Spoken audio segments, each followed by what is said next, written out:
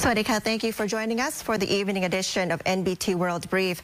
Right here on NBT and NBT World, you're with me, Nawarat Wong Arya.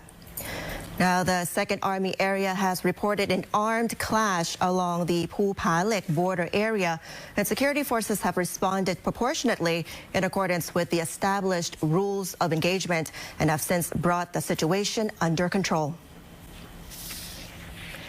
According to the initial report, 2 Thai soldiers sustained injuries during the incident and were immediately transported for urgent medical treatment. The Army has confirmed that both personnel are receiving care and that their conditions are being closely monitored. The 2nd Army area reported that troops on the ground continue to operate under strict adherence to the rules of engagement to prevent escalation while maintaining security and stability along the border.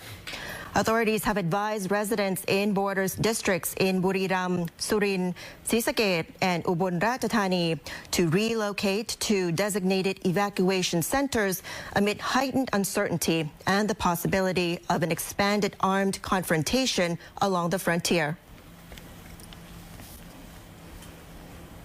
And Prime Minister and Minister of Interior ANUTIN has directed the armed forces to protect Thailand's sovereignty and ensure the safety of people living along the border following armed clashes in the Phu-Pha-Lek border area. Government spokesperson Siripong Angkasakul stated that the Prime Minister is closely monitoring the situation and has ordered the Ministry of Defense and the armed forces to take all necessary measures to secure the area and safeguard the public. He added that the Prime Minister instructed provincial governors to assist residents in evacuating to safe locations and to implement evacuation plans that have already been rehearsed. The government urges residents in border districts in 4 provinces, which are Buriram, Surin, Srisaket, and Ubon Ratchathani, to relocate to designated evacuation centers for their safety, given the current uncertainty and the possibility of further escalation. Meanwhile, the Department of Disaster Prevention and Mitigation today transferred another 286 million baht of initial flood relief repayments to around 310,000 households nationwide.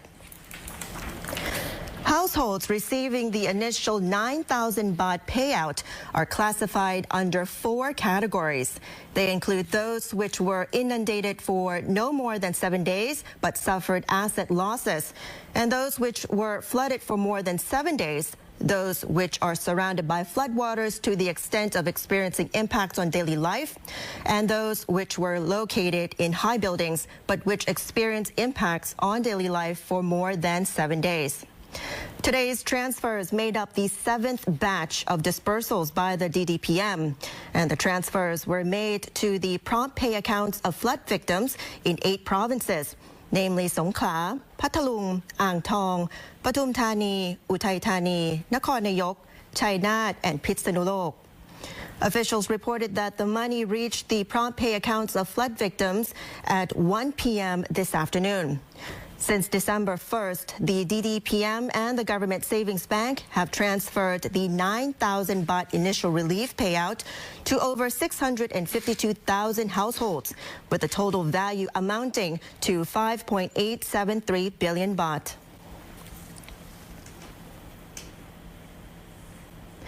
And the government has announced the implementation of the Labor Protection Act, marking a significant step toward improving labor standards and enhancing workers' quality of life in Thailand.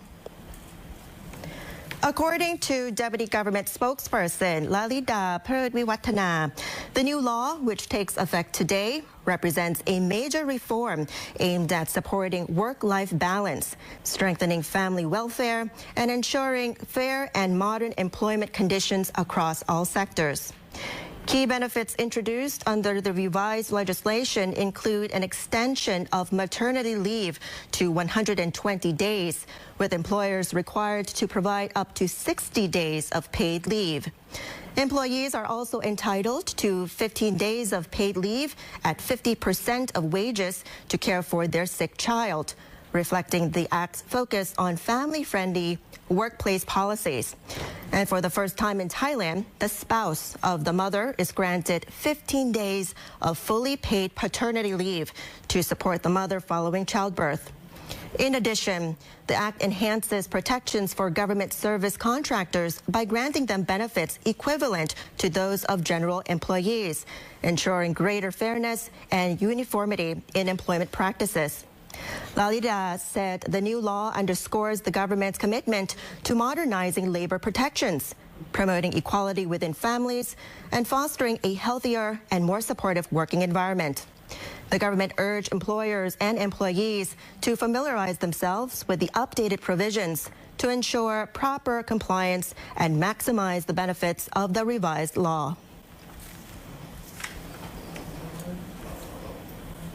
The government is reminding the private sector to hold seminars and training activities in secondary city destinations to make use of a tax incentive, allowing businesses to claim twice the expenses incurred from these activities in their tax filings.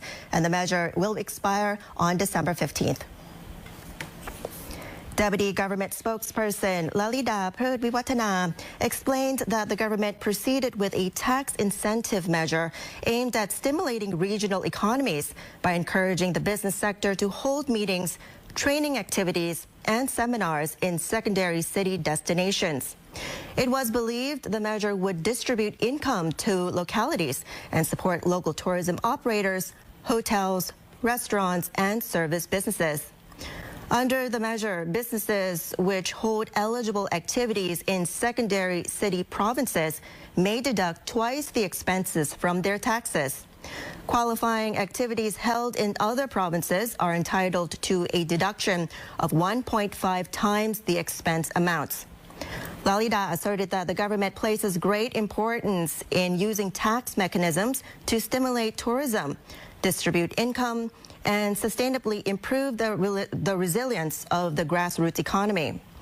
She urged various organizations and businesses to quickly plan meetings, activities, training sessions, seminars, and company outings in secondary city provinces to make use of the tax incentive by December 15th of this year.